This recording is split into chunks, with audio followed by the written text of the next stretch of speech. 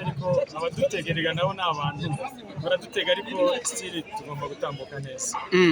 Perezida, ukurikije wenda ibyavuzwe kuri uyu mukino, ni umukino wabavunye mwawuteguye muti?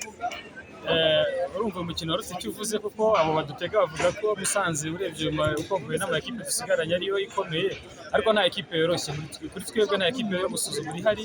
Tuzi neza ko nidutsinda match 3 tugutwara igikombe, dusigaje match 2. Nta ekipe yoroshye, zose no gutsinda tugatwara igikombe.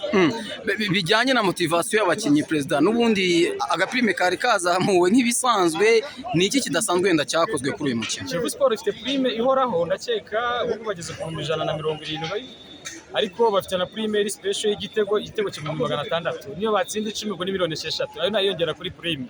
Ubwo rero bivuga ngo Kiyovu abakinnyi bayo bari tayari, bameze neza, nabo barashaka gukora amateka, ubuyobozi buri kumwe, turi gukorera hamwe ngo ndebe ko natwara igikombe cya shampiyona. Ijambo rimwe ku bafana, kuri presence y'abafana kuri uyu munsi.